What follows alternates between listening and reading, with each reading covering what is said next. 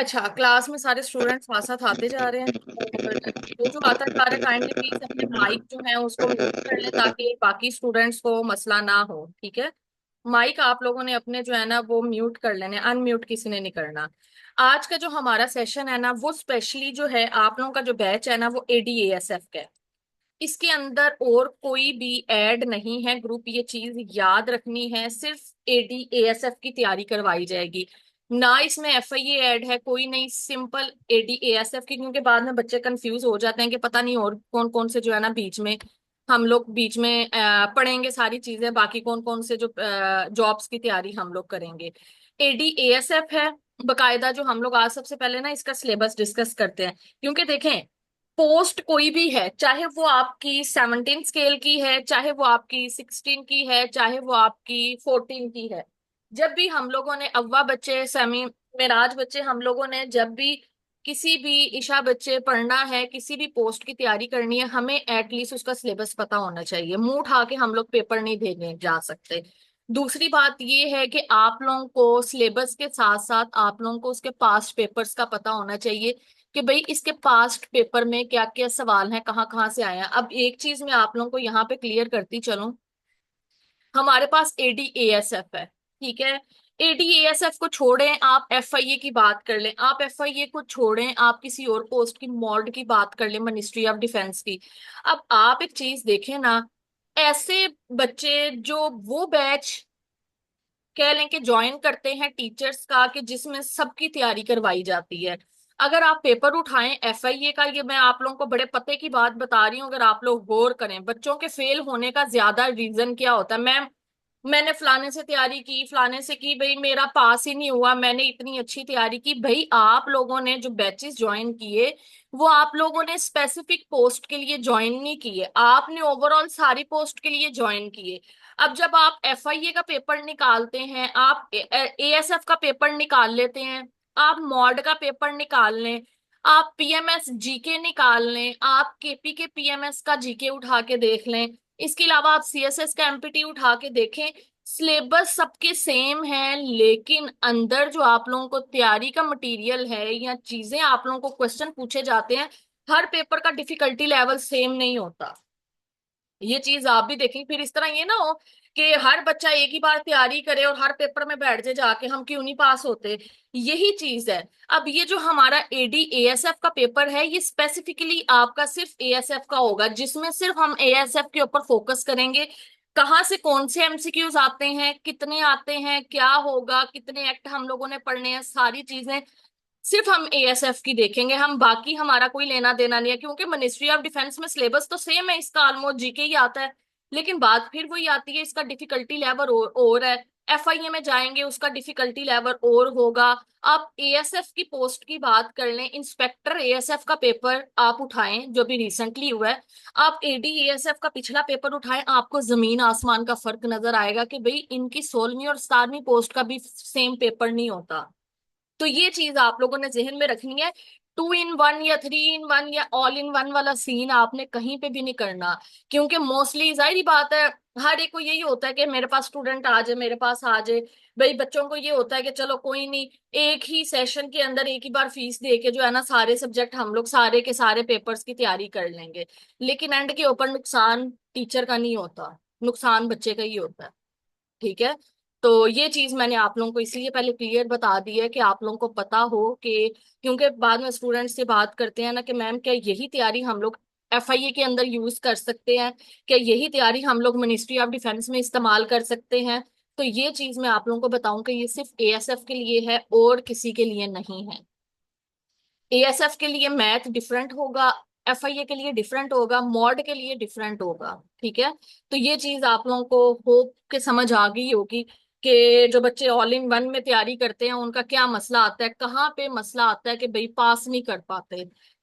कहते हैं मैम हम लोगों ने अच्छे से अच्छे टीचर से पढ़ लिया, नोट्स बड़े पढ़ लिए, किताबें पढ़ ली, पास नहीं होता, वन पेपर नहीं निकलता। वन पेपर ना निकलने की सबसे बड़ी वजह ये है, सबसे बड़ी रीजन ये है।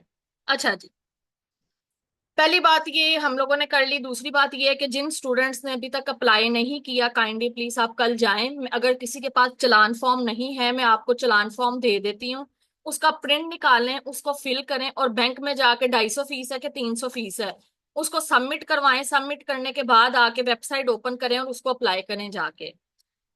क्योंकि आपको पता है लास्ट डेज के अंदर एफपीएससी की जो वेबसाइट है, हाँ 300 है।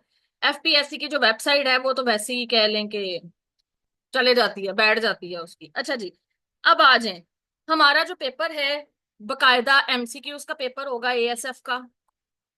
ठीक है, एमसीक्यूज होंगे, 100 एमसीक्यूज होते हैं, कोई नेगेटिव मार्किंग नहीं है, कुछ नहीं है, क्योंकि पेपर ही इतना औखा डाल देते हैं बच्चों के लिए कि नेगेटिव मार्किंग छोड़ते ही नहीं। लेकिन हमारा औखा पेपर भी ऐसा होगा कि हमें सारा कुछ आता होगा हमारे लिए, हम लोगों ने उसको हलवा करना है। अब आप एक चीज देखें, सिलेबस सारा वही है, पार्ट 1 पार्ट 2 पार्ट 3, ठीक है। जिसमें आपके पहले नंबर पे जीके आ रहा है, दूसरे नंबर पे आप लोगों का पाकिस्तान अफेयर्स आ रहा है, ठीक है। तीसरे नंबर पे आप लोगों का सीए आ रहा है, चौथे नंबर पे आप लोगों की एबिलिटी आ रही है, ठीक है। पांचवें नंबर पे आप अल्लाह भला करे आपका वो कह लें कि ये जो आप लोगों के मैप आते हैं उससे रिलेटेड आ रहा है, ठीक है। छठे नंबर पे आप लोग डाल लें आईएसएल भी डाल लें, सातवें नंबर पे इंग्लिश भी डाल लें, ठीक है। कोई एक आधा कंप्यूटर का ना पूछ ले, वो हमें पता नहीं होता लेकिन हम फिर भी तैयार करके जाएंगे कंप्यूटर का, ठीक है।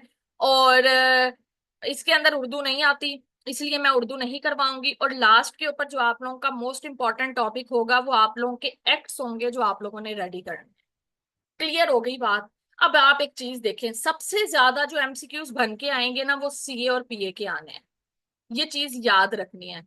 करंट अफेयर्स और पाकिस्तान अफेयर्स के सबसे ज्यादा एमसीक्यूज बन के आने हैं। इस्लामियात के ऊपर इतना फोकस नहीं करना, ये चीज मैं आपको समझा रही हूँ, इतना फोकस नहीं करना, इसको तैयार जरूर करेंगे। लेकिन हमारा जो मेन फोकस होगा वो हमारा पाकिस्तान अफेयर्स, करंट अफेयर्स और नॉर्मली जो जीके के क्वेश्चंस होते हैं, भाई फलाने मुल्क में कौन सा सदर है, फलाने मुल्क का प्राइम मिनिस्टर कौन सा है, डिफरेंट किस्म के उनके इलेक्शंस के हवाले से। तो ये हमारा इंटरनेशनल अफेयर और नेशनल अफेयर्स के ऊपर हम लोग ज्यादा फोकस रखेंगे। उसके बाद जो आपकी मेन गेम आएगी वो इंग्लिश की आएगी, और लास्ट के ऊपर आप लोगों का एक्ट आएगा। जो बचे कुछ सवाल होंगे वो आपके एबिलिटी के डाल के देगा। अब आप लोगों को मैं एक चीज बताऊं, पेपर के अंदर आपके सिलेबस के अंदर एबिलिटी के जो टॉपिक्स लिखे हैं ना वो उसने लिखा हुआ है अलजबरा, रेशो, परसेंटेज और अर्थमेटिक मीन। चार लिखे हुए हैं उसने, सिर्फ चार टॉपिक्स, लेकिन पेपर में आप लोगों को रेशो छोड़ के वो प्रपोर्शन के क्वेश्चन भी डाल के देता है। परसेंटेज को छोड़ें, वो आपको प्रॉफिट लॉस के क्वेश्चन भी डाल के देगा, वो एलसीएम के क्वेश्चन भी डाल के दे देता है, ठीक है।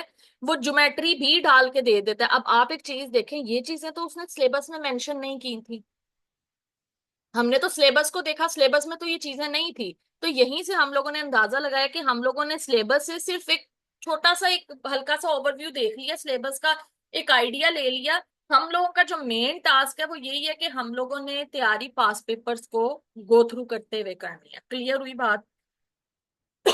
और एक और चीज जो सबसे इंपॉर्टेंट होगी, आप लोगों के बजट में से क्वेश्चन बड़े आने हैं, ये चीज याद रखनी, ठीक है।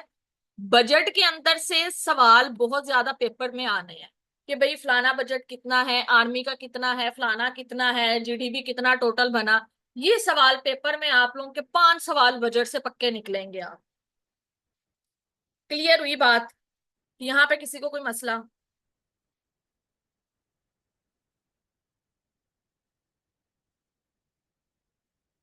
अच्छा, एक और चीज ऐड कर लें, हम 10 टॉपिक्स पूरे कर लेते हैं, हम 10 पूरे कर लेते हैं। यहाँ पे आप ईडीएस भी ऐड कर लें, एवरीडे साइंस भी कर लें। जहां पे हमने सारे करने हैं वहां पे हम एवरीडे साइंस भी कर लेते हैं, भाई जहां पे 9 तैयार कर रहे हैं 10वां भी कर लेते हैं, हम क्यों रिस्क लें। चलो अगर 2 4 सवाल इसके भी आगे एटलीस्ट हमें पेपर में आते तो होंगे ना, हम कर आएंगे पेपर में, हमारे लिए तो एक एक नंबर भी बड़ा जरूरी है।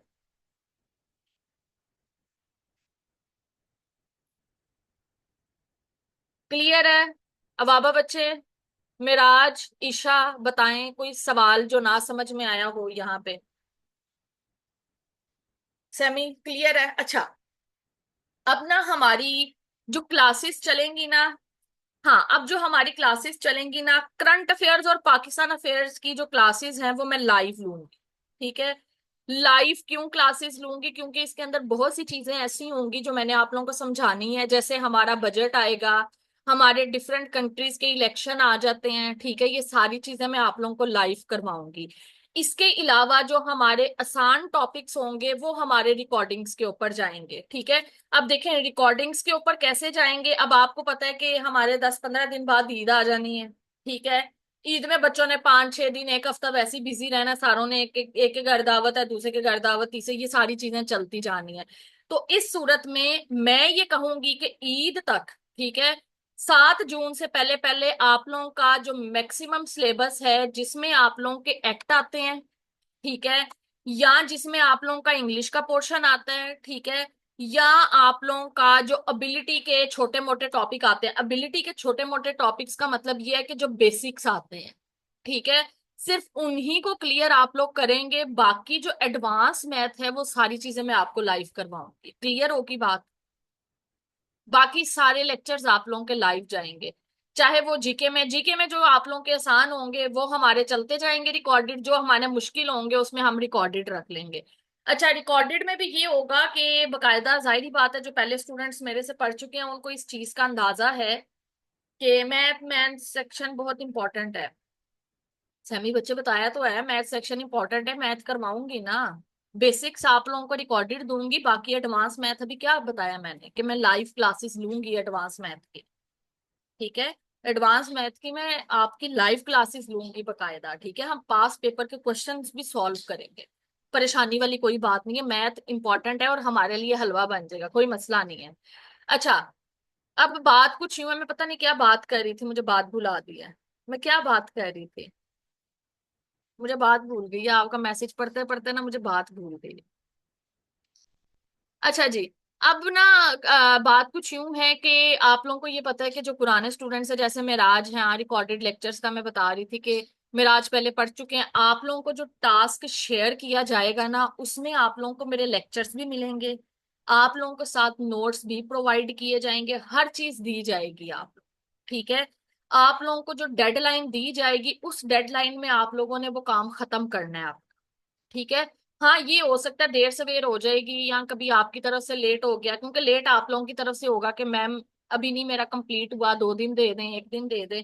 तो वो ये है कि आप लोगों ने कंप्लीट करने हैं नोट्स, हर बच्चे ने मुझे अपने चेक करवाने हैं। जो लेक्चर नोट करना है वो हर स्टूडेंट ने मुझे उसकी पीडीएफ बना के भेजना है, ताकि मुझे इस चीज का पता होगा कि भाई मैंने जिस जिस स्टूडेंट को काम भेजा है उसने मुझे करके चेक करवाया।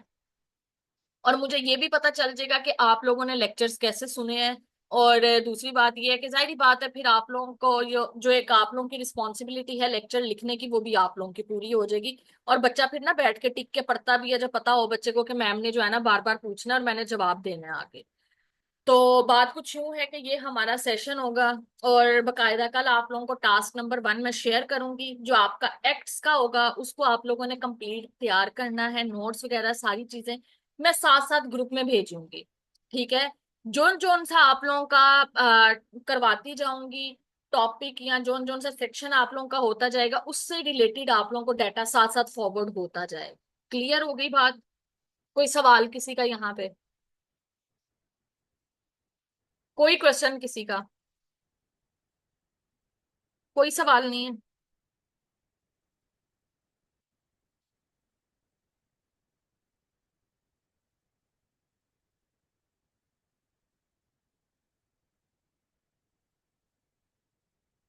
क्लियर है। अच्छा जी, अब बाबा बच्चे आपका कोई क्वेश्चन, मेराज आपका कोई क्वेश्चन नहीं किसी का?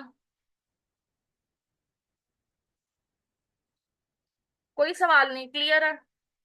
अच्छा, अब ये है कि डन हो गया। अब ये है कि सबसे पहले कल टास्क मिलेगा और आप लोगों को जो मैं पास पेपर्स भेजूंगी ना उसको आप लोगों ने लाजमी प्रिंट करवाना है, ठीक है। प्रिंट लाजमी करवाना है, क्योंकि जब तक प्रिंट नहीं करवाएंगे आपसे पढ़ा नहीं जाएगा। जो जो भेजती जाऊंगी वो साथ साथ आप लोगों ने प्रिंट करवाते रहना है, ठीक है। अब ये है कि किसी को कोई भी मसला हो, जरूरी नहीं कि सिर्फ एएसएफ की बात कर रही हूँ, सीएसएस के सब्जेक्ट्स में, पीएमएस में, केपी के पीएमएस में, किसी भी सब्जेक्ट में कोई भी इशू हो किसी भी पेपर में, तो आप लोग मुझे मैसेज कर सकते हैं, ठीक है, उसमें कोई मसला नहीं है। चलें जी, अपना ख्याल रखें, नेक्स्ट मुलाकात होगी फिर हमारी, तब तक के लिए अल्लाह हाफिज। ख्याल रखिएगा अपना। ओके जी। अल्लाह हाफिज। अल्लाह हाफिज।